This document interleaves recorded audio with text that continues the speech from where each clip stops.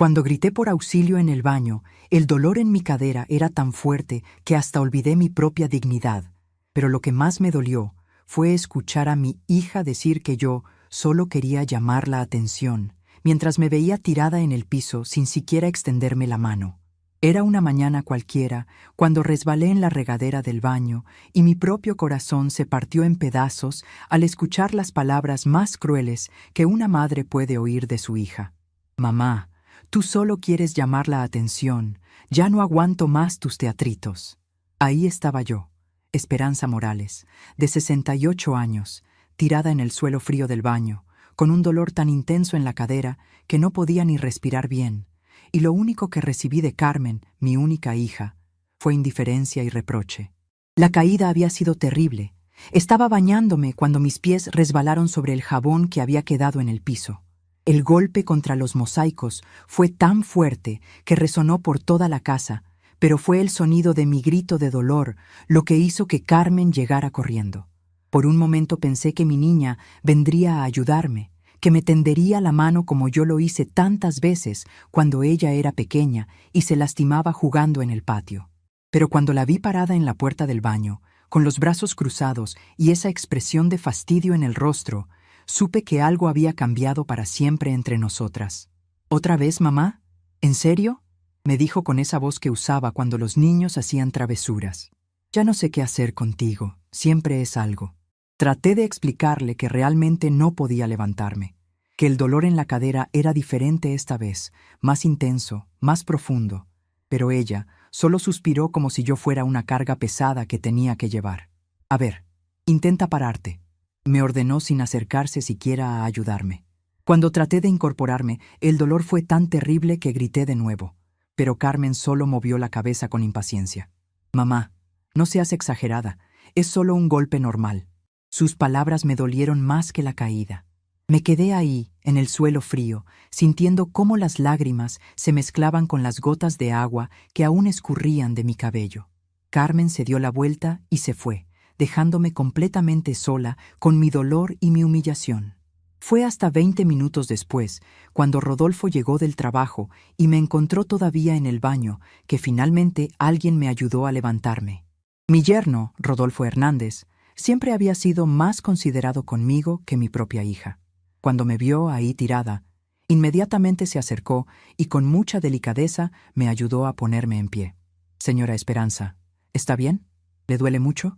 Su preocupación genuina me hizo llorar aún más, porque contrastaba tanto con la frialdad de Carmen. Deberíamos llevarla al doctor, le dijo a su esposa cuando salimos del baño. Pero Carmen inmediatamente protestó. No exageres, Rodolfo. Mi mamá está bien. Solo le gusta llamar la atención desde que vive aquí con nosotros. Esas palabras se clavaron en mi alma como agujas. Hacía 2 años que vivía con ellos, desde que mi querido esposo Aurelio había fallecido de un infarto.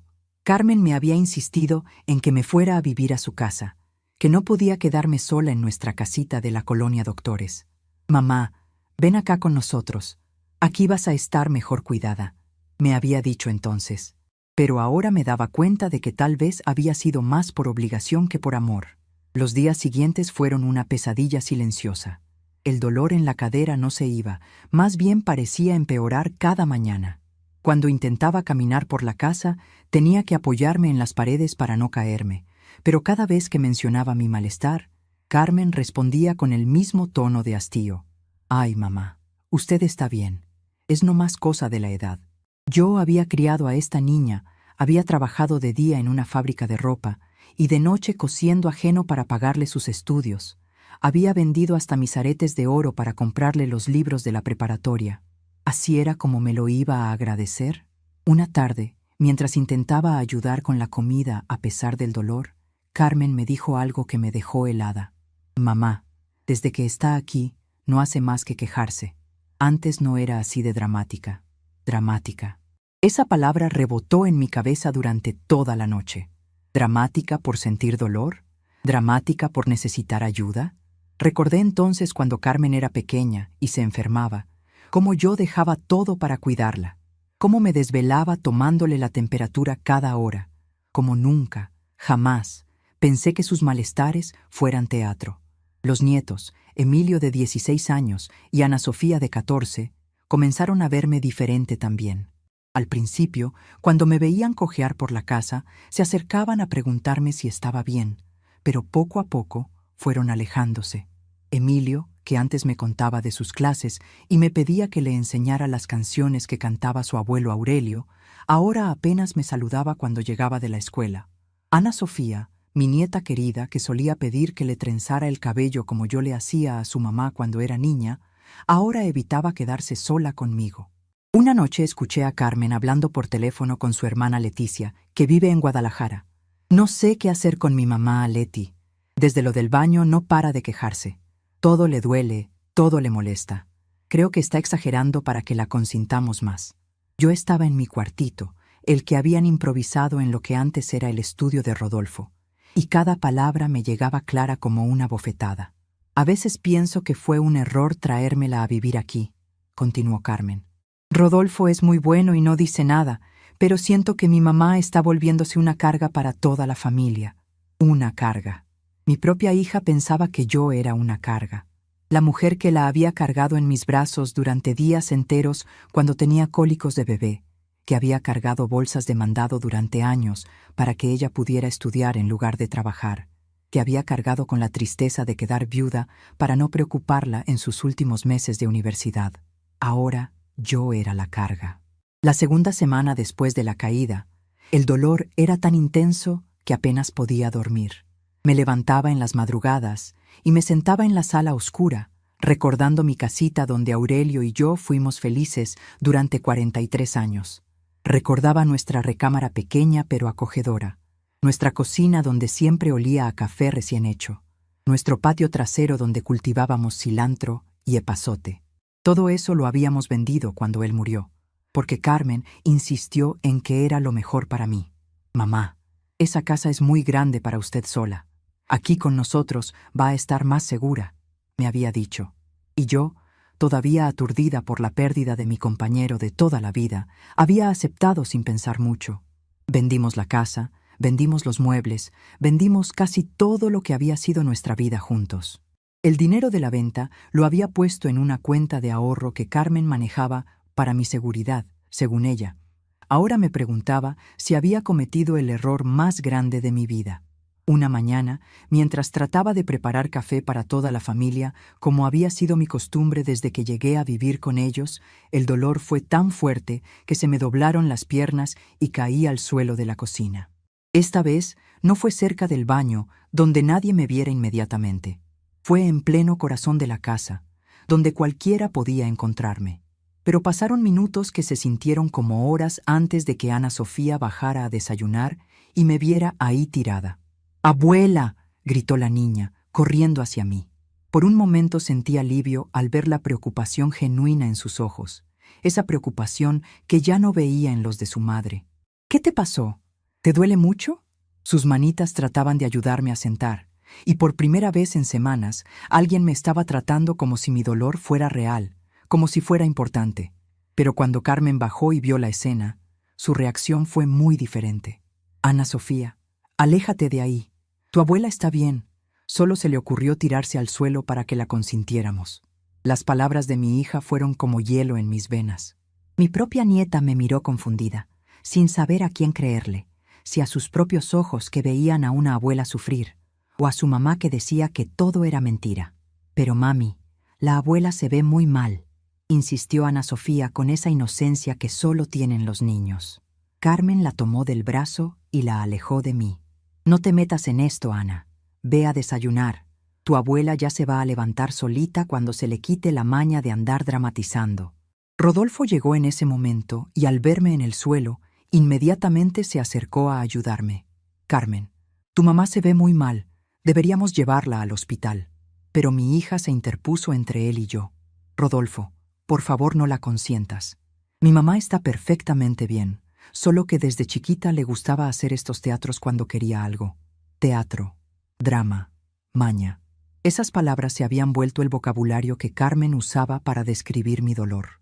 Esa noche, acostada en mi cama estrecha del cuartito que ahora era mi mundo, pensé en todas las veces que Carmen había estado enferma de pequeña. Recordé aquella vez que se cayó de la bicicleta y se raspó toda la rodilla.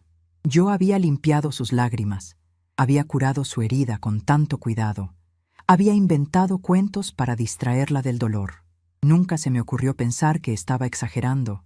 Nunca dudé que su llanto fuera real. ¿Qué había pasado con mi niña?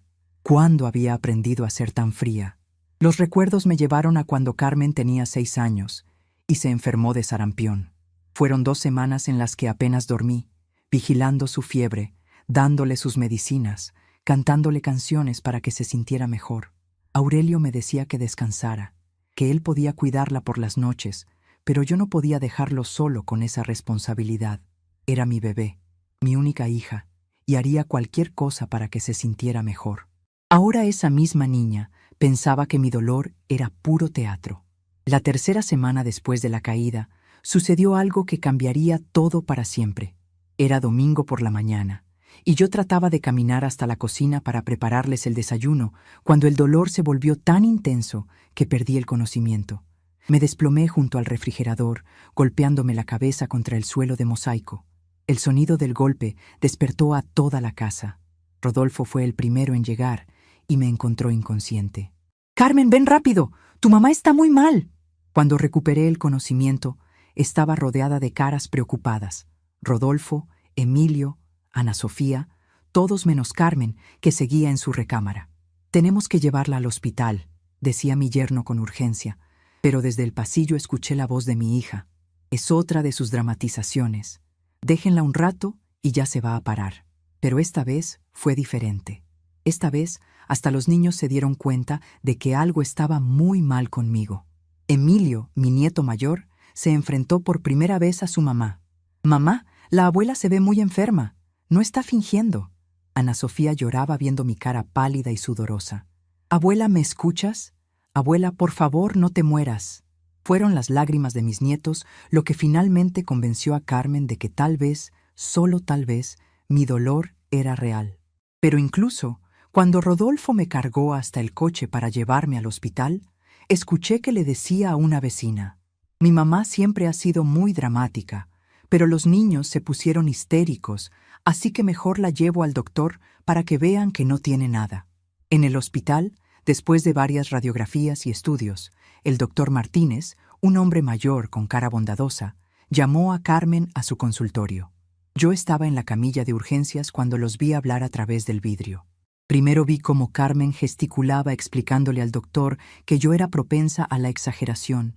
Luego vi cómo la expresión del doctor se volvía seria.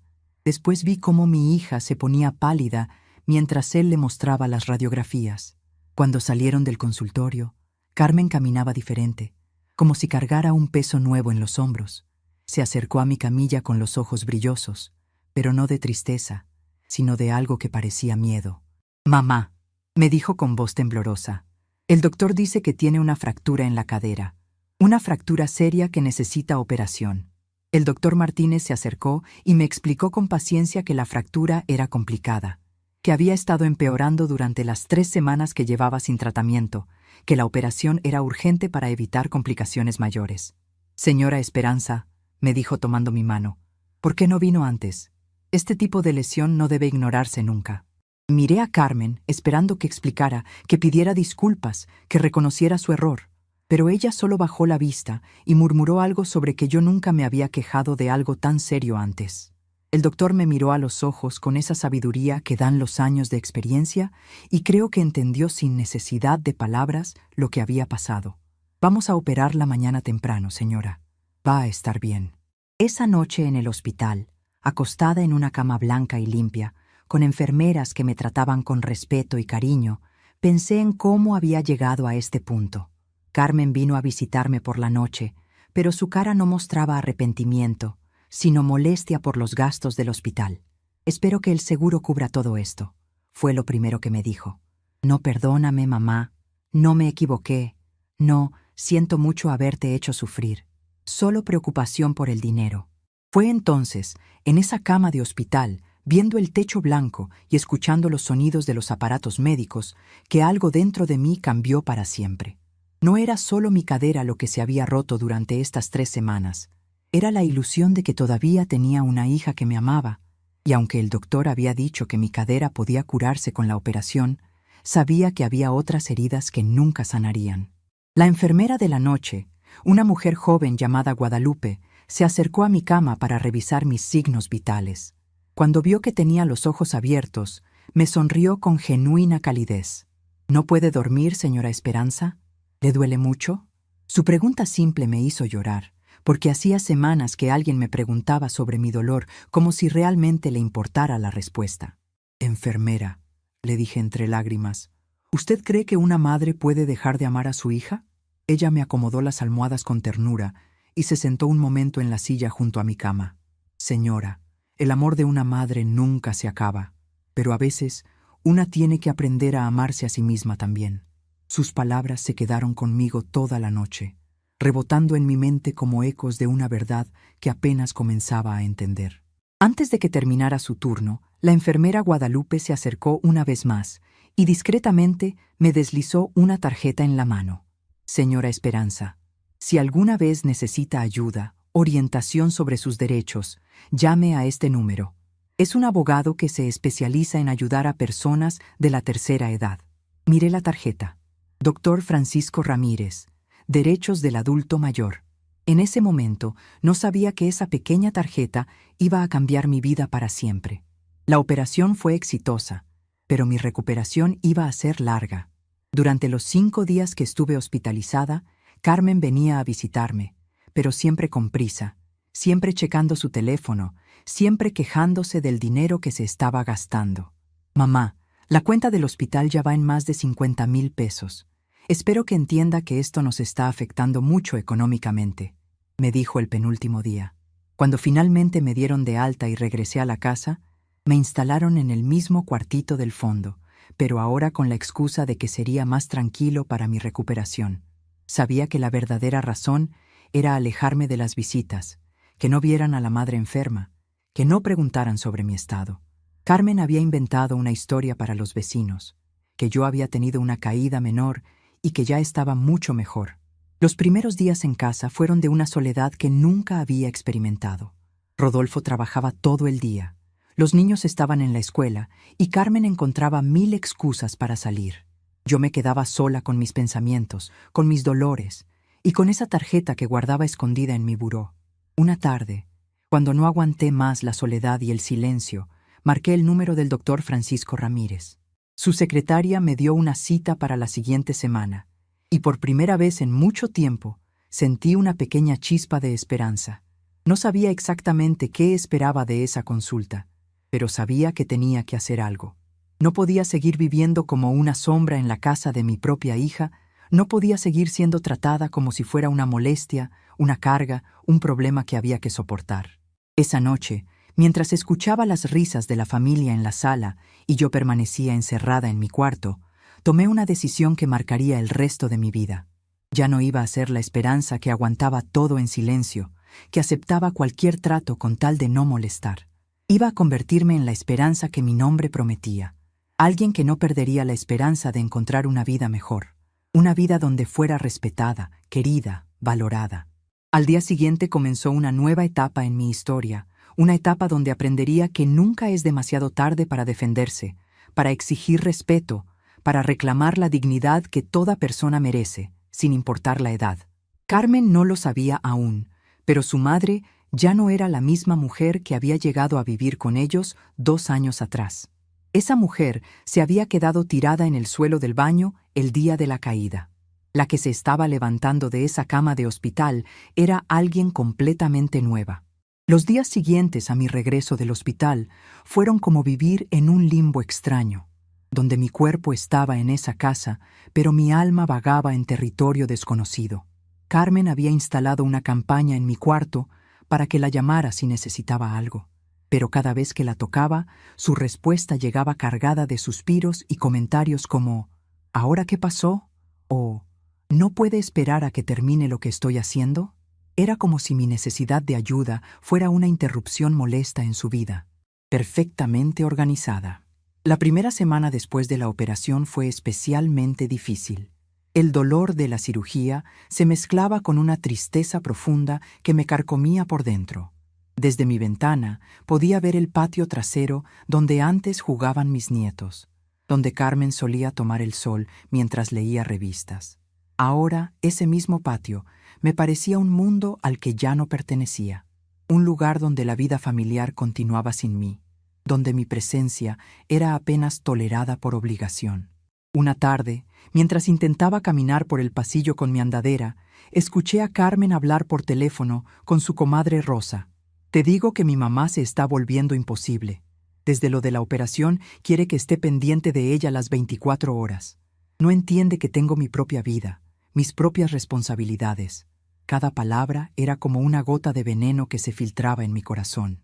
Me quedé ahí parada, aferrada a mi andadera, sintiendo cómo las lágrimas rodaban por mis mejillas. Rosa, a veces pienso que mi mamá exagera el dolor a propósito para que la consintamos más. El doctor dijo que la operación había salido bien, que en un mes estaría como nueva, pero ella sigue actuando como si fuera una inválida total. Esas palabras me destrozaron completamente. ¿Cómo podía mi propia hija, la niña que había criado con tanto amor, pensar que yo fingía mi dolor? ¿Cómo podía creer que una madre inventaría sufrimiento solo para recibir atención? Me escondí en mi cuarto y cerré la puerta con cuidado para que no me escucharan llorar. Ahí, sentada en mi cama estrecha, comencé a recordar tiempos mejores, tiempos cuando Carmen era mi mundo entero y yo era el suyo. Recordé cuando tenía 5 años y se enfermó de varicela. Durante 2 semanas no se despegó de mí. Quería que le leyera cuentos, que le pusiera compresas frías en las ronchitas, que durmiera junto a ella para espantar los malos sueños. Mami, cuando sea grande voy a cuidarte igual que tú me cuidas, me había dicho una noche mientras yo le aplicaba loción de calamina en las ampollas. Vamos a vivir juntas para siempre y yo te voy a hacer sopita cuando estés enferma. Sus palabritas de niña habían sido mi tesoro más preciado. La promesa que me daba fuerzas para trabajar doble turno en la fábrica, para coser hasta altas horas cuando necesitábamos dinero extra. Recordé también cuando Carmen tenía 8 años y se cayó del columpio en la escuela. La maestra me llamó porque se había lastimado el brazo y no paraba de llorar.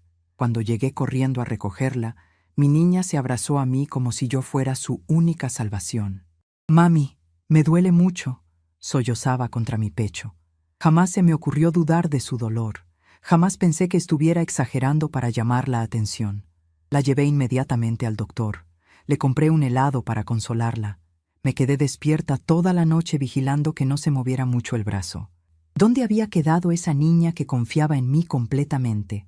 ¿Dónde estaba la Carmen que me veía como su heroína, como la persona que podía arreglar cualquier problema con un beso y un abrazo? La mujer que ahora vivía en esta casa era una extraña que usaba el rostro de mi hija, pero que tenía el corazón de hielo hacia mí. Los recuerdos siguieron llegando como oleadas imparables. Recordé cuando Carmen tenía 12 años y tuvo su primera menstruación. Estaba tan asustada y confundida que llegó llorando del baño, pensando que se iba a morir. Yo la senté en mi cama. Le expliqué con paciencia lo que estaba pasando. Le preparé una bolsa de agua caliente para el dolor. Le compré chocolate porque había leído que ayudaba con los cólicos. «Gracias, mami. Eres la mejor mamá del mundo», me había dicho esa noche. Ahora esa misma niña que había dependido tanto de mi amor y cuidado, pensaba que yo era una carga molesta. La ironía me parecía tan cruel que casi me daba risa. Durante 30 años había sido la solución a todos sus problemas, y ahora que necesitaba su ayuda por primera vez en mi vida, me había convertido en su problema más grande. Una noche, aproximadamente 2 semanas después de la operación, Rodolfo tocó la puerta de mi cuarto. Era tarde y todos ya estaban durmiendo, así que me extrañó su visita. «Señora Esperanza, ¿puedo pasar? Quiero platicar con usted». Su voz sonaba diferente, más suave, casi tímida. Le dije que pasara y se sentó en la única silla del cuarto, frente a mi cama. «Señora, quiero pedirle disculpas por lo que pasó antes de llevarla al hospital». Comenzó con la cabeza baja. «Yo sabía que usted estaba sufriendo de verdad, pero no quise contradecir a Carmen. Fue cobardía de mi parte». Sus palabras me sorprendieron tanto que no supe qué responder. Durante todos estos años, Rodolfo siempre había sido amable conmigo, pero nunca había mostrado este nivel de honestidad. Carmen está muy estresada últimamente, continuó. El trabajo la tiene muy presionada, y creo que a veces descarga su frustración con usted sin darse cuenta. No es excusa, pero quiero que sepa que yo sí me di cuenta de que su dolor era real. Me quedé callada, procesando sus palabras. Era la primera persona en semanas que reconocía mi sufrimiento, que validaba mi experiencia. Rodolfo, gracias por decirme esto. Finalmente logré hablar, pero me duele más el corazón que la cadera. No entiendo qué pasó con mi hija. Antes éramos tan unidas y ahora siento que soy una extraña para ella. Rodolfo suspiró profundamente y por un momento vi en sus ojos algo parecido a la tristeza. Señora Esperanza, a veces las personas cambian cuando sienten mucha presión. Carmen lleva muchos años siendo la proveedora principal de la casa, cuidando a los niños, preocupándose por las cuentas. Cuando usted llegó a vivir aquí, creo que sintió que era una responsabilidad más que no podía manejar. Sus palabras tenían lógica, pero no aliviaban el dolor en mi corazón. Pero yo traté de ayudar todo lo que pude, le dije. Cuidaba a los niños cuando ella trabajaba, hacía la comida, limpiaba la casa. Nunca quise ser una carga. Rodolfo asintió con comprensión. Lo sé, señora. Usted siempre ha sido una gran ayuda, pero creo que Carmen no ve las cosas de esa manera en este momento. Esa conversación con Rodolfo me dio una perspectiva diferente, pero también me hizo darme cuenta de algo importante. No importaba cuáles fueran las razones de Carmen para tratarme como lo hacía. El resultado era el mismo. Yo estaba sufriendo. Me sentía rechazada y no querida en la casa de mi propia hija. Y ninguna explicación psicológica iba a cambiar esa realidad. Los días siguieron pasando con la misma rutina monótona. Me levantaba temprano, desayunaba sola en la cocina porque Carmen ya se había ido al trabajo, pasaba las mañanas viendo televisión en mi cuarto, almorzaba lo que encontraba en el refrigerador y esperaba a que llegaran los nietos de la escuela para tener algo de compañía. Pero incluso Emilio y Ana Sofía parecían distantes conmigo. Una tarde, Ana Sofía entró a mi cuarto con cara de preocupación. «Abuela, ¿puedo preguntarte algo?» Su voz sonaba pequeña, como cuando era más niña y tenía miedo de meterse en problemas. «Claro, mi amor, pregúntame lo que quieras», le respondí, feliz de tener una conversación real con alguien después de días de silencio. «Mi mamá dice que tú exageras cuando te duele algo. Dice que las abuelitas a veces hacen eso para que las consientan más. ¿Es cierto?» La pregunta de mi nieta me partió el corazón en 1000 pedazos. Era tan inocente, tan directa, tan honesta. Vi en sus ojos que realmente quería entender, que estaba confundida por las cosas que escuchaba en casa.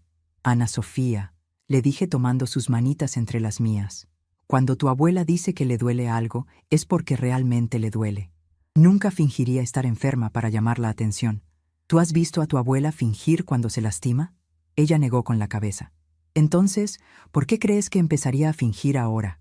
Mi nieta se quedó pensando un momento, y luego me abrazó fuerte. «Te creo, abuela. Yo sé que no mientes». Su abrazo fue como un rayo de sol en medio de la tormenta. Al menos una personita en esta casa todavía confiaba en mí. Todavía me veía como la abuela que siempre había sido. Pero esa misma noche, escuché a Carmen regañando a Ana Sofía en su cuarto. «Te dije que no le hicieras caso a tu abuela cuando se queje. Solo quiere que sintamos lástima por ella». Las palabras llegaron claras hasta mi cuarto, y sentí cómo mi corazón se hacía pedazos una vez más.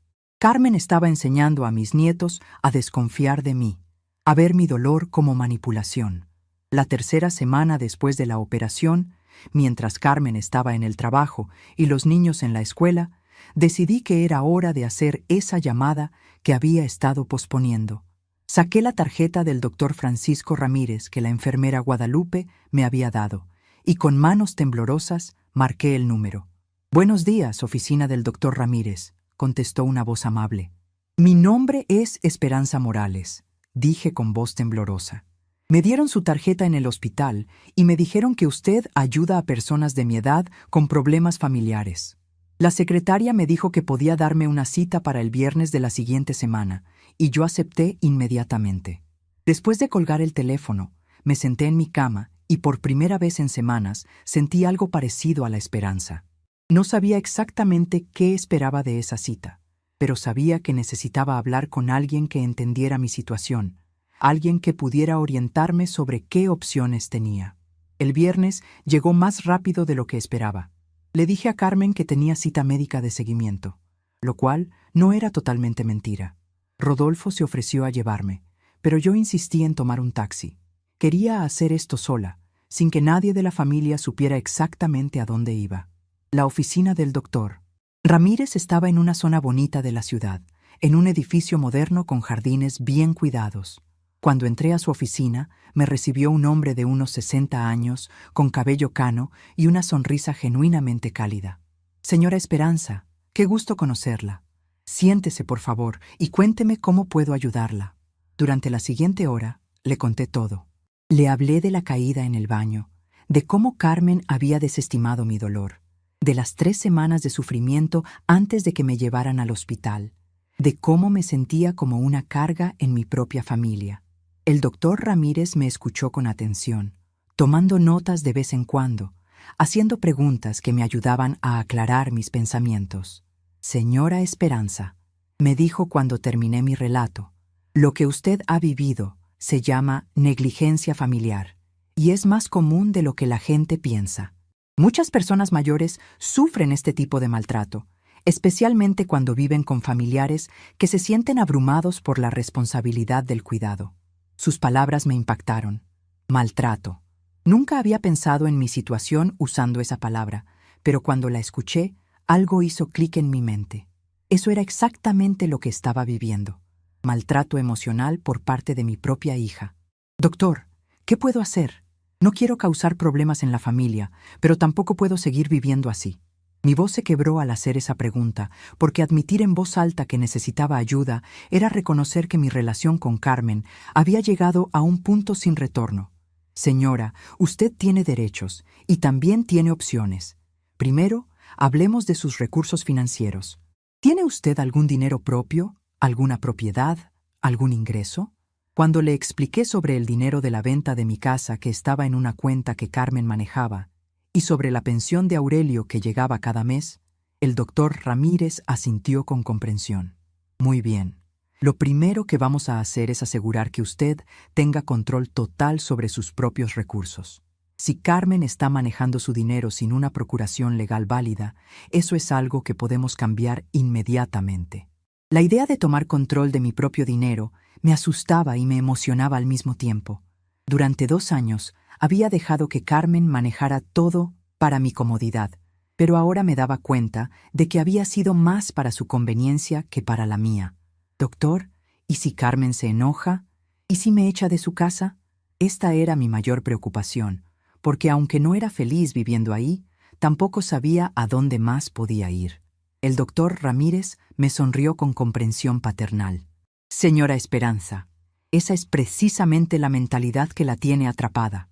Usted no depende de la caridad de su hija. Con sus propios recursos puede vivir donde usted elija. Puede tomar sus propias decisiones sobre su cuidado médico. Puede vivir con dignidad. Sus palabras fueron como una revelación.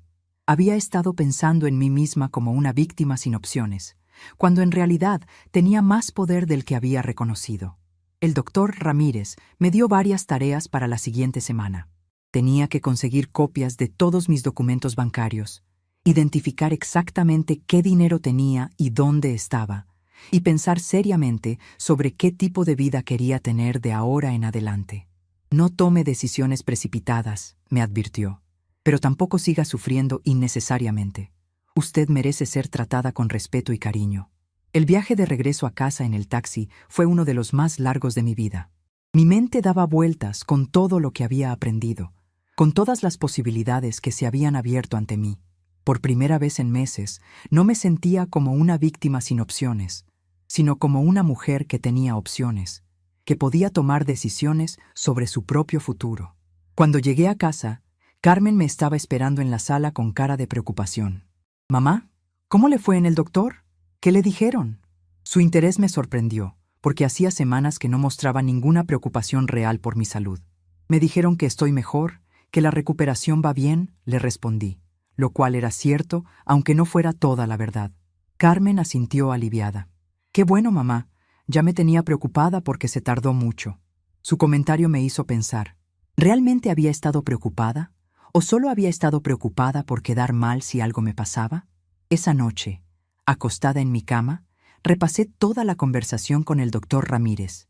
Sus palabras habían plantado una semilla en mi mente, una semilla que comenzaba a germinar con ideas de independencia, de dignidad, de la posibilidad de una vida diferente. Ya no era solo Esperanza, la madre sufrida que aguantaba todo en silencio. Era Esperanza, la mujer de 68 años que tenía derechos, que tenía recursos, que tenía opciones. El cambio no sería fácil, lo sabía, pero también sabía que no podía seguir viviendo como hasta ahora, sintiéndome como una extraña en la casa de mi propia hija, caminando en puntas de pie para no molestar, aceptando migajas de afecto cuando antes había tenido amor completo. Mi historia estaba a punto de cambiar, y por primera vez en mucho tiempo yo iba a ser la autora de mi propio destino.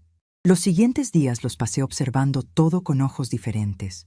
Veía cómo Carmen interactuaba conmigo, cómo los niños me trataban, cómo Rodolfo me miraba con esa lástima incómoda que ya conocía tan bien. Pero ahora, en lugar de solo sentir dolor por esa situación, también sentía algo nuevo, una determinación creciente de cambiar las cosas. Era como si hubiera despertado de un sueño largo y triste, y finalmente estuviera viendo la realidad con claridad. Esta no era mi casa, esta no era mi familia, en el verdadero sentido de la palabra, y yo no tenía que conformarme con ser tolerada cuando podía buscar un lugar donde fuera querida y respetada. La transformación había comenzado, silenciosa pero imparable, como un río que encuentra su curso después de estar represado por mucho tiempo. Y Carmen, ocupada en su rutina diaria, no tenía idea de que la madre que había dado por sentada estaba a punto de convertirse en la mujer que tomaría control de su propia vida. Durante la semana que siguió a mi primera consulta con el doctor Francisco Ramírez, algo fundamental cambió dentro de mí. Ya no era solo una mujer mayor que sufría en silencio. Me había convertido en alguien con un plan, con opciones, con la determinación de recuperar el control sobre mi propia vida. Cada día que pasaba, me sentía menos como víctima y más como la arquitecta de mi propio destino. El lunes por la mañana, mientras Carmen se preparaba para ir al trabajo, le pedí que me trajera los estados de cuenta de la cuenta de ahorro, donde estaba el dinero de la venta de mi casa. ¿Para qué los quiere, mamá?, me preguntó, con esa suspicacia que ya había aprendido a reconocer. Quiero revisar mis finanzas, ver cuánto tengo ahorrado, le respondí con la voz más calmada que pude. Mamá, usted no se preocupe por eso. Yo manejo todo muy bien. Ese dinero está seguro y produce intereses. Su respuesta me confirmó lo que el doctor Ramírez había sospechado. Carmen estaba controlando mi dinero sin mi participación real en las decisiones. Carmen, es mi dinero y quiero ver los estados de cuenta. Insistí con una firmeza que me sorprendió incluso a mí misma. Carmen me miró como si fuera la primera vez que me veía. Estaba acostumbrada a que yo aceptara sus decisiones sin cuestionarlas, a que confiara ciegamente en su criterio. Está bien, mamá. Esta noche le traigo los papeles, me dijo finalmente, pero su tono había cambiado. Por primera vez, parecía darse cuenta de que algo era diferente en mí. Esa tarde, mientras estaba sola en casa, llamé al banco donde Aurelio y yo habíamos tenido nuestra cuenta durante años. Expliqué mi situación al ejecutivo de cuentas. Le dije que necesitaba información sobre mi dinero y mis derechos como titular. Señora Morales, para proteger su privacidad, necesitamos que venga personalmente a la sucursal con su identificación, me explicó. Acordé ir al día siguiente. Cuando Carmen llegó esa noche, traía una carpeta con papeles bancarios. Se sentó conmigo en la mesa de la cocina y comenzó a explicarme los números como si fuera una niña pequeña que no entendía de dinero. Mira, mamá, aquí tienes 320,000 pesos en la cuenta de ahorro. Está ganando el 4% anual de intereses. Es una muy buena inversión. Mientras ella hablaba, yo examinaba los papeles cuidadosamente. Mi nombre estaba en la cuenta, pero Carmen aparecía como cotitular con poder para hacer movimientos. No recordaba haber firmado esos documentos, y cuando se lo mencioné, ella me dijo, «Claro que los firmaste, mamá. Cuando te viniste a vivir aquí, fuimos juntas al banco para arreglar todo. ¿No te acuerdas?» La verdad era que no me acordaba de haber firmado nada que le diera tanto control a Carmen sobre mi dinero. Después de la muerte de Aurelio, había estado tan aturdida, tan perdida en mi dolor, que posiblemente había firmado cosas sin entender completamente las implicaciones. Pero ahora, con la cabeza más clara, me daba cuenta de que había cometido un error que tenía que corregir. Al día siguiente, tomé un taxi hasta la sucursal bancaria. Cuando le expliqué mi situación al gerente, un hombre joven llamado Lick, Alberto Jiménez, él revisó mi cuenta y me confirmó lo que había sospechado. Señora Morales, efectivamente su hija tiene poderes muy amplios sobre esta cuenta. Puede hacer retiros, transferencias, inversiones, prácticamente cualquier movimiento bancario. ¿Y si yo quiero cambiar eso?, le pregunté directamente. El Lick Jiménez me explicó que como titular principal de la cuenta, yo tenía derecho a modificar los términos, a remover cotitulares, a transferir fondos a cuentas nuevas. ¿Qué me recomienda que haga?, le pregunté, sintiendo por primera vez en mucho tiempo que alguien me estaba tratando como una adulta capaz de tomar decisiones financieras. Señora, si usted quiere tener control exclusivo sobre su dinero, lo más sencillo es abrir una cuenta nueva solo a su nombre y transferir los fondos. De esa manera, usted será la única persona autorizada para hacer movimientos. Sus palabras fueron música para mis oídos. Podía tomar control de mi propio dinero, podía asegurar mi independencia financiera. ¿Cuánto tiempo tomaría hacer esa transferencia?, pregunté. Si usted decide hacerlo hoy, podemos completar el proceso en 1 hora. Solo necesita firmar algunos documentos y decidir qué tipo de cuenta quiere abrir. La rapidez con la que se podía solucionar mi problema me sorprendió gratamente. Pero entonces me asaltó una duda terrible. ¿Carmen se va a dar cuenta inmediatamente de que movimos el dinero? El gerente asintió. Sí, señora. Cuando ella trate de accesar la cuenta, verá que el saldo está en 0. Recibirá una notificación del banco sobre la transferencia. Eso me hizo pausar. Una vez que hiciera ese movimiento, no habría vuelta atrás. Carmen sabría inmediatamente que había tomado control de mi dinero y su reacción sería impredecible. ¿Estaría furiosa? ¿Trataría de echarme de la casa? ¿Me acusaría de ser malagradecida después de todo lo que había hecho por mí? Pensé en las palabras del doctor Ramírez. Usted no depende de la caridad de su hija. Tenía razón. Con mi propio dinero, con mi pensión mensual, podía vivir independientemente. No tenía por qué seguir aceptando un trato que me hacía sentir pequeña e insignificante. Lick Jiménez, quiero abrir la nueva cuenta y transferir todo mi dinero, le dije con una determinación que me sorprendió. Pero también quiero explorar opciones de inversión que me den un ingreso mensual mejor. El gerente me sonrió con aprobación y comenzamos el proceso inmediatamente. Durante la siguiente hora, abrí una cuenta nueva, transferí todos mis ahorros e incluso contraté un plan de inversión que me daría ingresos mensuales más altos que los que había estado recibiendo. Cuando salí del banco, tenía en mi bolsa una tarjeta de débito nueva, un talonario de cheques y por primera vez en 2 años, control total sobre mi propio dinero. En el taxi de regreso a casa, mi corazón latía tan fuerte que pensé que se me iba a salir del pecho. Acababa de tomar la decisión más importante de mi vida en mucho tiempo, y no había vuelta atrás.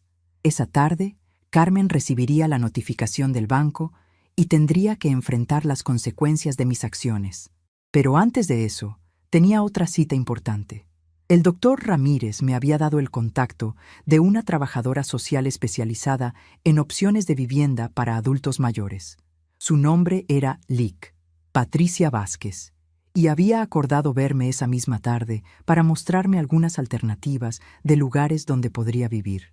La oficina de la Lick Vázquez estaba en un centro comunitario cerca del hospital donde me habían operado. Cuando llegué, me recibió una mujer de unos 40 años, con una sonrisa genuina y una energía que inmediatamente me hizo sentir cómoda. Señora Esperanza, el doctor Ramírez me contó un poco sobre su situación. Estoy aquí para ayudarla a encontrar el lugar perfecto para esta nueva etapa de su vida. Me mostró folletos de varias residencias para adultos mayores independientes, apartamentos amueblados, casas pequeñas en comunidades diseñadas para personas de mi edad. Lo importante, me explicó, es encontrar un lugar donde usted se sienta segura, cómoda y, sobre todo, donde sea respetada y valorada. Una de las opciones que me llamó más la atención era un complejo llamado Jardines de la Esperanza. El nombre me pareció una señal del destino. Era una comunidad de apartamentos pequeños pero completos, con jardines comunitarios, un centro social donde organizaban actividades, servicio médico disponible las 24 horas y, lo más importante, total independencia para los residentes. ¿Puedo visitarlo?, le pregunté, sintiendo una emoción que no había experimentado en mucho tiempo. Por supuesto, señora. De hecho, tengo tiempo ahora mismo si gusta que vayamos. La perspectiva de ver mi posible nuevo hogar me llenó de una anticipación casi infantil. El viaje a Jardines de la Esperanza fue como un viaje hacia mi futuro. Cuando llegamos, quedé impactada por la belleza del lugar. Era un complejo de edificios bajos, rodeados de jardines perfectamente cuidados, con senderos para caminar, bancas bajo los árboles y un ambiente de tranquilidad que contrastaba dramáticamente con la tensión constante que había estado viviendo en casa de Carmen. La administradora, una señora mayor llamada doña Graciela, nos recibió como si fuéramos familia. Señora Esperanza, qué gusto conocerla. Venga, le voy a enseñar uno de nuestros apartamentos disponibles. Mientras caminábamos por los jardines, me contó sobre la comunidad. Había 80 residentes, la mayoría entre 60 y 80 años. Todos independientes, pero con la seguridad de tener ayuda disponible si la necesitaban. El apartamento que me mostró era perfecto para mí. Tenía una sala pequeña pero acogedora, una recámara con baño privado, una cocineta completa y, lo más hermoso, una ventana grande que daba al jardín principal donde había rosales, bugambilias y un pequeño huerto donde los residentes cultivaban verduras. Este apartamento se acaba de desocupar, me explicó doña Graciela. La señora que vivía aquí se mudó con su nieta a Monterrey, pero nos dijo que había sido muy feliz los 5 años que vivió aquí. Mientras ella hablaba, yo me imaginaba despertándome cada mañana en esa cama junto a la ventana, desayunando en esa mesita mientras veía los jardines, teniendo mi propio espacio donde nadie me hiciera sentir que estorbaba. ¿Cuánto cuesta vivir aquí?, pregunté, aunque ya había decidido en mi corazón que este iba a ser mi nuevo hogar. Cuando doña Graciela me dio el precio mensual, calculé rápidamente y me di cuenta de que con mi pensión y los intereses de mis inversiones podía vivir cómodamente aquí sin tocar el capital principal. Señora Esperanza, me dijo doña Graciela tomando mis manos entre las suyas, veo en sus ojos que este lugar le gusta. ¿Quiere que le prepare los papeles para que pueda mudarse cuando guste? La decisión fue instantánea, como si hubiera estado esperando este momento toda mi vida. Sí, por favor. Quiero mudarme lo más pronto posible, le respondí sin dudarlo. Doña Graciela me sonrió con calidez maternal. Perfecto. Podemos tener todo listo para el próximo lunes si usted gusta. Solo necesitamos que traiga algunos documentos y el depósito de garantía. Mientras regresaba a casa de Carmen esa tarde, mi mente trabajaba a toda velocidad planificando mi nueva vida. Tenía que decidir qué me llevaría, cómo les diría a Carmen y Rodolfo sobre mi decisión, qué haría con mis pocos muebles y pertenencias personales. Pero más que nada, tenía que prepararme mentalmente para la confrontación que sabía que se avecinaba. Cuando llegué a casa, Carmen ya estaba ahí. Su cara me dijo inmediatamente que había recibido la llamada del banco. Estaba sentada en la sala con una expresión que nunca le había visto, una mezcla de shock, confusión e ira contenida. «Mamá», me dijo con una voz extrañamente controlada, «el banco me llamó. Dijeron que usted transfirió todo su dinero a una cuenta nueva. ¿Es cierto?». Su pregunta colgó en el aire entre nosotras como una bomba a punto de explotar. «Sí, es cierto», le respondí con toda la calma que pude reunir. Decidí tomar control de mis propias finanzas. Carmen se quedó callada por un momento que se sintió eterno, procesando mis palabras y sus implicaciones. «¿Por qué hizo eso, mamá? ¿No confía en mí? He manejado su dinero perfectamente durante 2 años. No le ha faltado nada». Su voz comenzaba a subir de volumen, y vi en sus ojos el inicio de la tormenta que había estado esperando. «Carmen, no es cuestión de confianza, es cuestión de independencia. Ese es mi dinero, y tengo derecho a manejarlo yo misma». Mis palabras salieron más firmes de lo que había esperado, como si el simple acto de tomar control de mis finanzas hubiera fortalecido también mi voz. «Independencia». Carmen se levantó del sillón bruscamente. ¿Independencia para qué? Usted vive en mi casa, come de mi comida, usa mi luz, mi agua, ¿y ahora me viene con que quiere independencia? Su reacción era exactamente lo que había temido, pero también lo que había esperado. Carmen, nunca quise ser una carga para ti, le dije con la voz temblorosa pero decidida. Pero tampoco quiero seguir viviendo como si fuera tu prisionera financiera. Ese dinero es lo único que me queda de 43 años de matrimonio con tu papá, de toda una vida de trabajo y ahorro. Prisionera. Carmen se rió con amargura. Mamá, usted está loca. Aquí la hemos cuidado, la hemos atendido, hemos gastado miles de pesos en sus medicinas, en el hospital, en sus cuidados. Cada palabra era como una daga, pero ya no me lastimaban como antes. Había encontrado mi fuerza. ¿Cuidado?, le pregunté, sintiendo por primera vez en mucho tiempo que tenía el poder en esta conversación. ¿Llamas cuidado a ignorar mi dolor durante 3 semanas? ¿Llamas cuidado a hacerme sentir que soy una molestia cada vez que necesito algo? ¿Llamas cuidado a enseñar a tus hijos que su abuela es una dramática mentirosa? Carmen se quedó callada por un momento, claramente impactada por mi nueva actitud. Durante 2 años había sido la esperanza sumisa que aceptaba todo sin protestar, la madre agradecida que nunca cuestionaba nada. Esta nueva versión de mí la estaba desconcertando completamente. Mamá, si está tan infeliz aquí, ¿qué piensa hacer? ¿A dónde se va a ir? Su pregunta tenía un tono desafiante, como si pensara que yo no tenía opciones reales, que eventualmente tendría que regresar suplicando perdón. Ya encontré un lugar perfecto para vivir, le respondí con una sonrisa que me sorprendió incluso a mí. Un lugar donde seré respetada, donde mi edad será vista como sabiduría y no como una carga, donde podré vivir con dignidad. Carmen me miró como si hubiera perdido la razón. ¿De qué lugar está hablando? ¿Quién le está llenando la cabeza de ideas locas? Su pregunta reveló exactamente lo que había sospechado. Carmen no podía concebir que yo fuera capaz de tomar decisiones independientes, que alguien no le hubiera llenado la cabeza para que actuara así. Nadie me está llenando la cabeza de nada, Carmen. Simplemente me cansé de ser tratada como si fuera invisible, como si mis sentimientos no importaran, como si mi único propósito fuera no causar problemas. Cada palabra salía de mi corazón con una honestidad brutal. En ese momento llegó Rodolfo del trabajo y inmediatamente sintió la tensión en el ambiente. ¿Qué pasa? ¿Por qué están gritando? Carmen se volvió hacia él con desesperación. Tu suegra se volvió loca, Rodolfo. Transfirió todo su dinero a otra cuenta y ahora dice que se va a ir a vivir a otro lado. Rodolfo me miró con una expresión que no pude descifrar completamente. ¿Era sorpresa? ¿Admiración? ¿Preocupación? Señora Esperanza, ¿es cierto eso? Su pregunta era genuina, sin el tono acusatorio que Carmen había usado. Sí, Rodolfo, es cierto. Encontré un lugar hermoso donde puedo vivir independientemente, con personas de mi edad, con actividades, con jardines.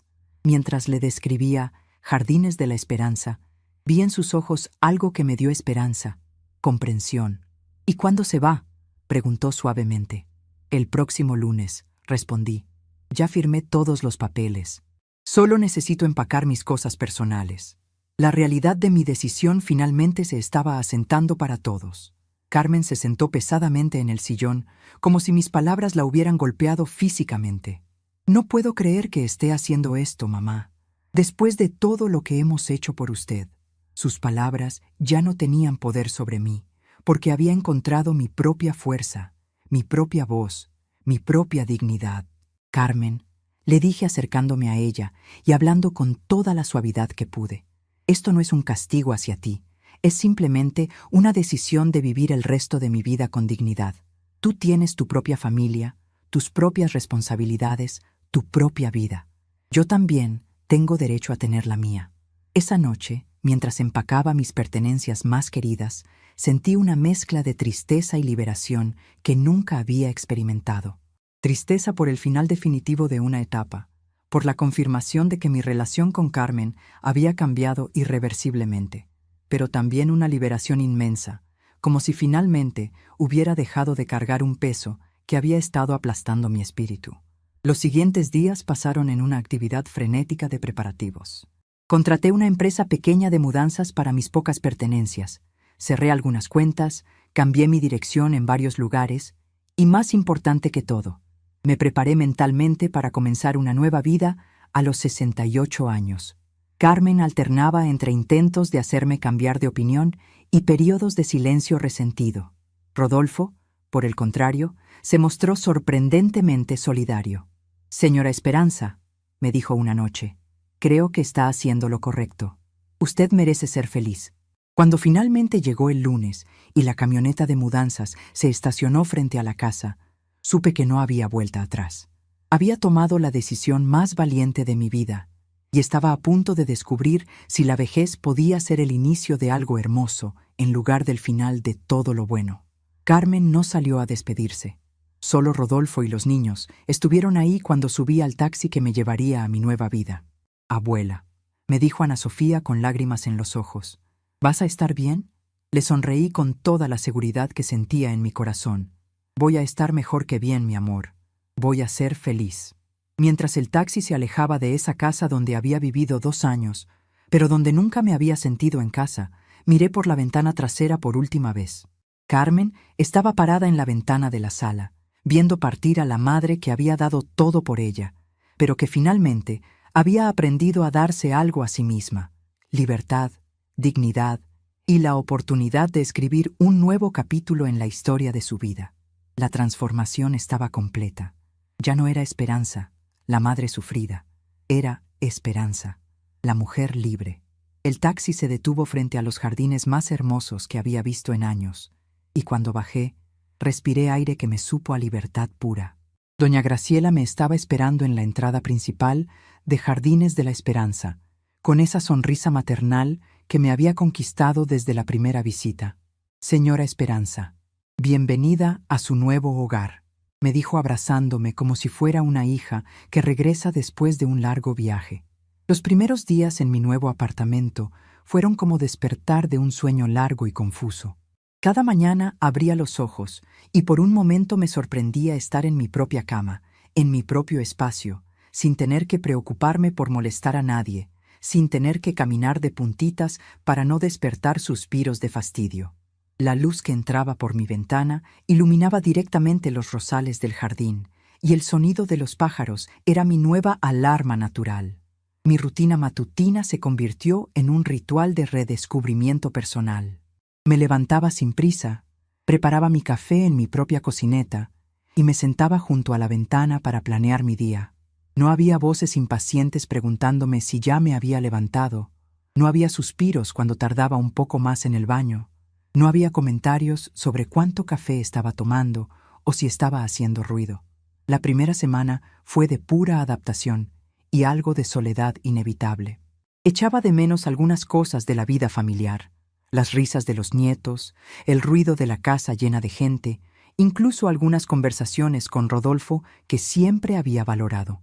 Pero no echaba de menos la tensión constante, la sensación de caminar sobre cáscaras de huevo, el miedo permanente de ser vista como una carga molesta. Doña Graciela se encargó personalmente de presentarme con otros residentes.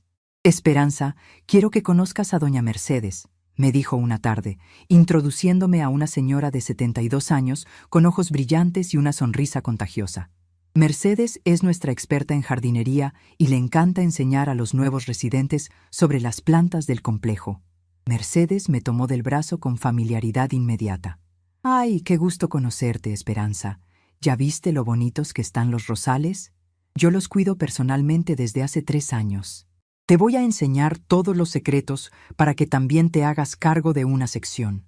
Su entusiasmo era tan genuino que inmediatamente me hizo sentir parte de algo especial. También conocí a don Rafael, un señor de 75 años que había sido maestro de primaria durante 40 años y ahora organizaba tertulias literarias todos los martes por la tarde. «Esperanza, necesitamos sangre nueva en nuestro grupo de lectura», me dijo con ojos pícanos. «Ya no sabemos de memoria todas nuestras historias. Seguramente tú tienes muchas experiencias interesantes que compartir». Poco a poco fui descubriendo que Jardines de la Esperanza no era solo un lugar para vivir, sino una comunidad real donde las personas se conocían, se cuidaban unas a otras, se interesaban genuinamente en el bienestar de sus vecinos. Era todo lo opuesto a lo que había vivido en casa de Carmen, donde me sentía invisible la mayor parte del tiempo. Durante mi segunda semana, mientras regaba las plantas en mi pequeña sección del jardín comunitario, vi a una mujer joven acercarse por el sendero principal.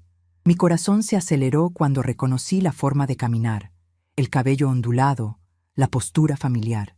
Era Ana Sofía, mi nieta, que venía caminando lentamente hacia donde yo estaba.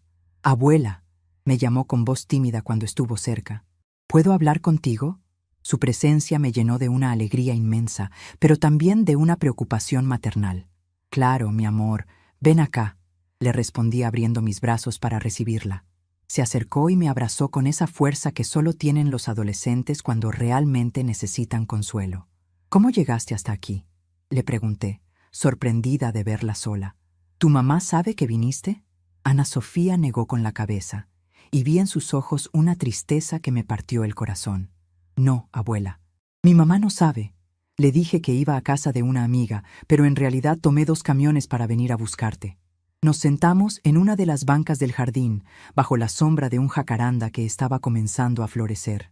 «¿Qué pasa, mi amor? ¿Por qué viniste hasta acá solita?». Ana Sofía respiró profundamente antes de hablar, como si estuviera reuniendo valor para decir algo muy importante.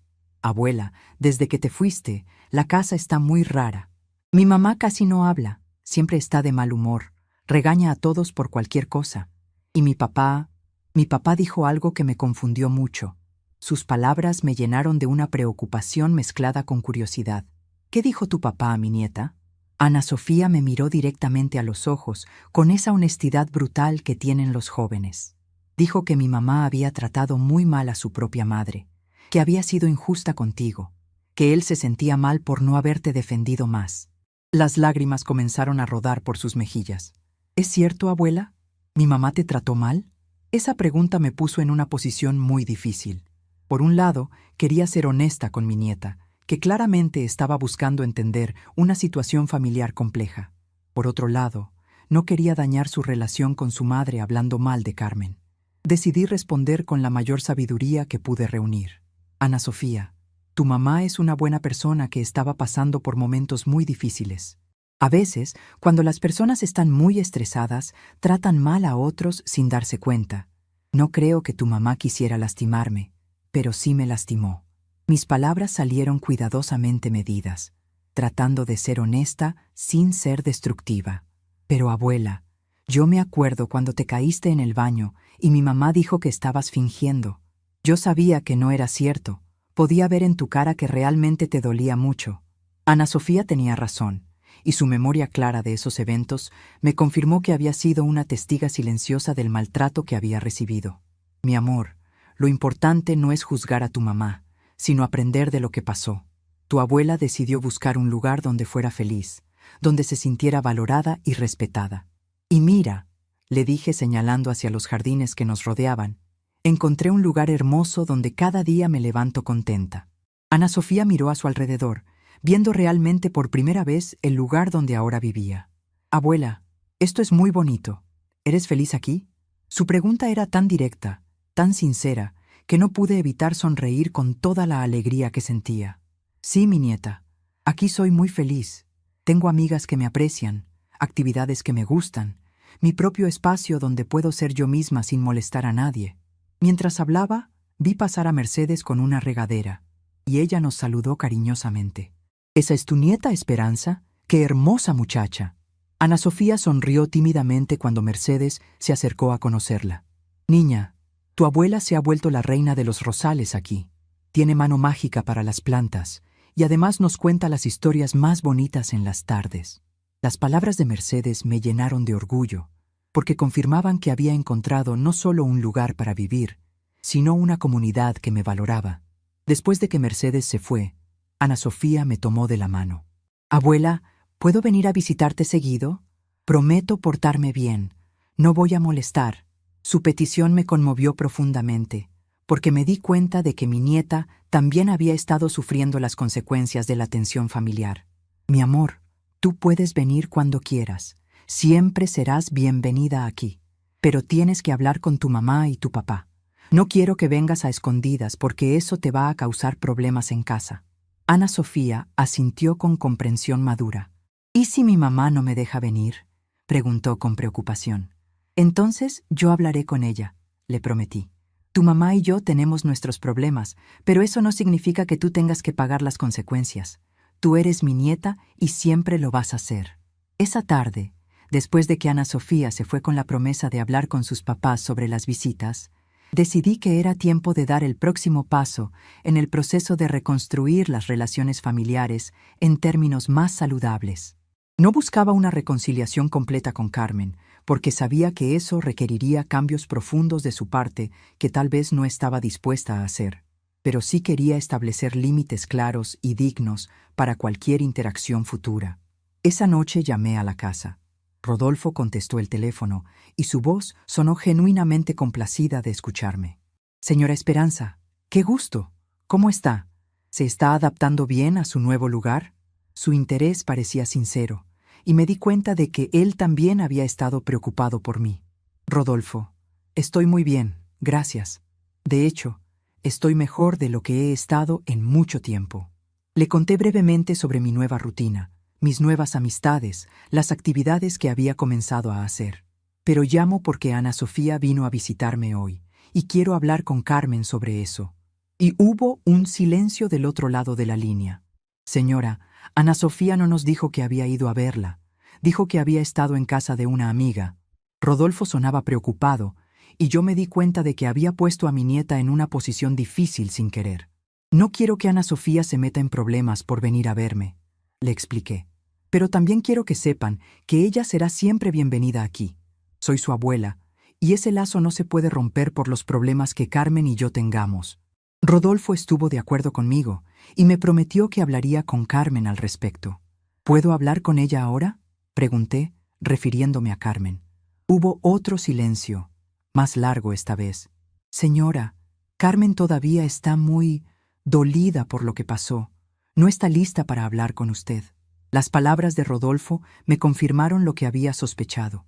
Carmen interpretaba mi independencia como una traición personal. Rodolfo, dile a Carmen que no me fui para castigarla.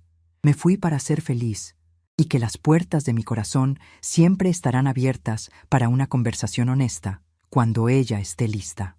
Después de colgar, me quedé sentada en mi pequeña sala, pensando en lo extraño que era el orgullo humano.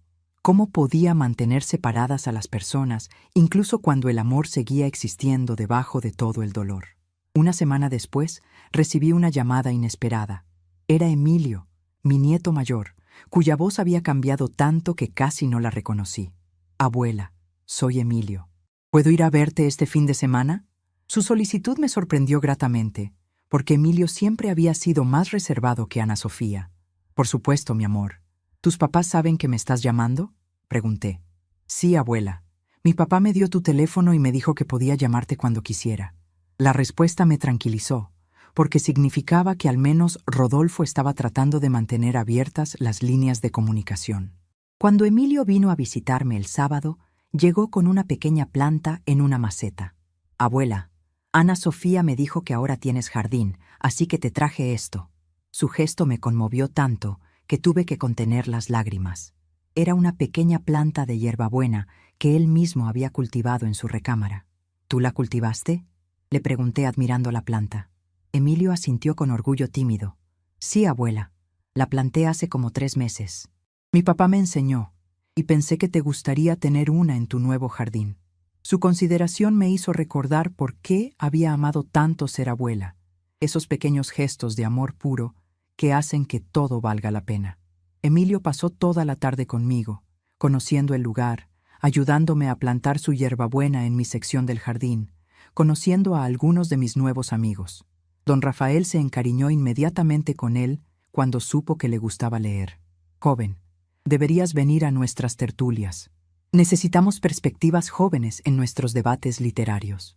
Esa tarde, mientras Emilio y yo caminábamos por los senderos del complejo, me hizo la pregunta que había estado esperando. Abuela, ¿por qué te fuiste de la casa? ¿No nos querías ya? Su pregunta era tan inocente, tan llena de la confusión natural de un adolescente que no entendía completamente las complejidades de las relaciones familiares. Emilio, Yo los quiero más que a mi propia vida. Me fui porque necesitaba encontrar un lugar donde pudiera ser feliz, donde no sintiera que estorbaba todo el tiempo. Le expliqué de la manera más simple posible, sin entrar en detalles que podrían lastimarlo. A veces las personas mayores necesitan espacios donde se sientan útiles y valoradas. ¿Pero no te sentías valorada en casa? Su pregunta fue como una flecha directa al corazón de toda la situación. No quería mentirle, pero tampoco quería dañar su relación con su madre. Emilio, tu mamá estaba pasando por momentos muy difíciles y a veces eso hace que las personas no actúen de la mejor manera. No es que sea mala persona, simplemente estaba muy estresada. Mi explicación pareció satisfacerlo, al menos parcialmente. Cuando se fue esa tarde, me abrazó muy fuerte y me prometió que vendría a visitarme seguido. Abuela, me da mucho gusto que seas feliz aquí. Se te ve diferente, como más contenta. Sus palabras confirmaron lo que yo misma había estado sintiendo, que había recuperado una versión de mí misma que había perdido durante los últimos años. Las semanas siguientes establecieron un patrón nuevo pero satisfactorio.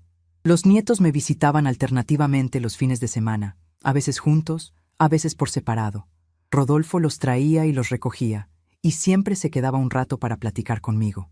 Gradualmente, estas visitas se volvieron algo normal, aceptado por toda la familia, excepto por Carmen, quien seguía sin dirigirme la palabra. Un mes después de mi mudanza, doña Graciela me invitó a participar en el comité organizador de eventos del complejo. Esperanza, tienes una energía muy bonita y las otras señoras te han tomado mucho cariño. ¿Te gustaría ayudarnos a planear las actividades mensuales? Su invitación me hizo sentir verdaderamente integrada a mi nueva comunidad. Mi primera contribución fue organizar una tarde de intercambio de historias donde cada residente podía compartir una anécdota importante de su vida. La respuesta fue tan positiva que decidimos hacerlo una tradición mensual. Esperanza, tienes don para hacer que las personas se sientan importantes, me dijo don Rafael después del primer evento. Durante esa época también comencé a tomar clases de pintura en acuarela que ofrecían en el centro comunitario. Nunca había tenido tiempo para dedicarme a actividades artísticas y descubrí que tenía cierta habilidad natural para capturar los colores del jardín en papel. Mis primeras obras fueron torpes, pero cada semana mejoraba, y el proceso de crear algo hermoso con mis propias manos me llenaba de una satisfacción que no había experimentado en años. 3 meses después de mi mudanza, recibí una llamada que cambiaría todo nuevamente. Era Rodolfo, pero su voz sonaba diferente, más seria, casi urgente. Señora Esperanza, necesito hablar con usted. ¿Puedo ir a verla mañana? Su tono me preocupó inmediatamente. Por supuesto, Rodolfo. ¿Está todo bien? ¿Los niños están bien? Mi mente inmediatamente se fue a lo peor. Los niños están bien, señora. Es sobre Carmen. Su respuesta no me tranquilizó para nada.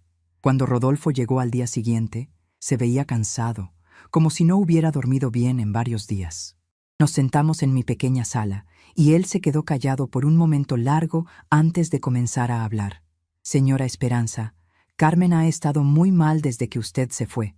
Al principio pensé que solo estaba enojada, pero ahora creo que es algo más profundo. Sus palabras me llenaron de una preocupación maternal que había estado tratando de reprimir. ¿Qué quieres decir con que está mal?, pregunté, sintiendo mi corazón acelerarse. Rodolfo suspiró profundamente antes de continuar. No duerme bien. Llora en las noches cuando cree que nadie la escucha. Está distraída en el trabajo. Casi no habla con los niños. Ayer me dijo que siente que perdió a su mamá para siempre, que usted nunca la va a perdonar. Las lágrimas comenzaron a formar en mis ojos mientras escuchaba la descripción de mi hija sufriendo. ¿Ella quiere hablar conmigo?, pregunté con voz temblorosa. Rodolfo negó con la cabeza. Dice que es demasiado orgullosa para pedirle perdón, que ya es muy tarde para arreglar las cosas. Su respuesta me frustró y me entristeció al mismo tiempo. Rodolfo, dile a Carmen que no es demasiado tarde para nada, que yo nunca dejé de ser su madre, que el amor de una madre no se acaba nunca, aunque a veces necesite tomar decisiones difíciles para protegerse. Mis palabras salieron directo del corazón. ¿Usted estaría dispuesta a verla si ella decidiera venir? Su pregunta me hizo pausar, no porque no supiera la respuesta, sino porque quería asegurarme de dar la respuesta correcta. Por supuesto que sí, pero tiene que entender que no voy a regresar a vivir con ustedes. He encontrado mi lugar aquí. He construido una nueva vida que me hace feliz. Cualquier relación que reconstruyamos tiene que basarse en respeto mutuo, no en obligación. Mi respuesta era firme pero amorosa. Rodolfo asintió con comprensión. Señora, creo que Carmen finalmente está entendiendo que la trató mal, que fue injusta con usted, pero le da mucha pena admitirlo. Su explicación me dio esperanza, porque sugería que tal vez Carmen estaba comenzando a tener la introspección que había faltado durante tantos meses. Dile que las puertas de mi corazón siempre están abiertas para ella, pero que esta vez la relación tiene que ser entre iguales, no entre una madre sufrida y una hija resentida. Mis palabras salieron con una claridad que me sorprendió incluso a mí. Después de que Rodolfo se fue, me quedé sentada en mi jardín, contemplando cómo la vida puede dar vueltas tan inesperadas. Había tomado la decisión más difícil de mi vida al irme de casa de Carmen, pero esa decisión había creado la posibilidad de una relación nueva y más saludable. A veces hay que perder algo completamente para poder encontrarlo de una manera mejor. Esa noche, mientras regaba mis plantas bajo la luz suave del atardecer, pensé en todo el camino que había recorrido desde aquella mañana terrible, cuando me caí en el baño y Carmen me acusó de fingir. Había pasado de ser una víctima silenciosa a ser una mujer independiente que había recuperado su dignidad y su alegría de vivir. No sabía si Carmen vendría a buscarme, si estaríamos dispuestas ambas a hacer el trabajo emocional necesario para reconstruir nuestra relación. Pero sabía que sin importar lo que pasara, ya había ganado lo más importante. Me había recuperado a mí misma. La lección había sido aprendida, tanto por mí como por mi familia. El respeto no se puede dar por sentado. El amor no justifica el maltrato, y nunca es demasiado tarde para exigir la dignidad que toda persona merece. Mi nueva vida en Jardines de la Esperanza era la prueba viviente de que los finales también pueden ser comienzos, y que a veces la decisión más amorosa que una madre puede tomar es enseñar a sus hijos que el amor verdadero incluye el amor propio. Un año completo había pasado desde el día que cambió mi vida para siempre. Estaba en mi jardín, regando mis violetas que ahora florecían con colores más vibrantes que nunca, cuando escuché pasos familiares en el sendero. Al levantar la vista, mi corazón se detuvo por un momento. Era Carmen, caminando lentamente hacia mí, con los ojos rojos y una expresión que nunca le había visto. «Mamá», dijo con voz quebrada, deteniéndose a unos pasos de distancia. ¿Puedo hablar contigo? Por primera vez en más de un año, escuché humildad genuina en su voz, esa vulnerabilidad que había conocido cuando era niña y me necesitaba. Me sequé las manos en el delantal y la miré directamente. «Por supuesto, Carmen, siéntate». Señalé la banca bajo el jacaranda donde tantas veces había reflexionado sobre nuestra relación rota.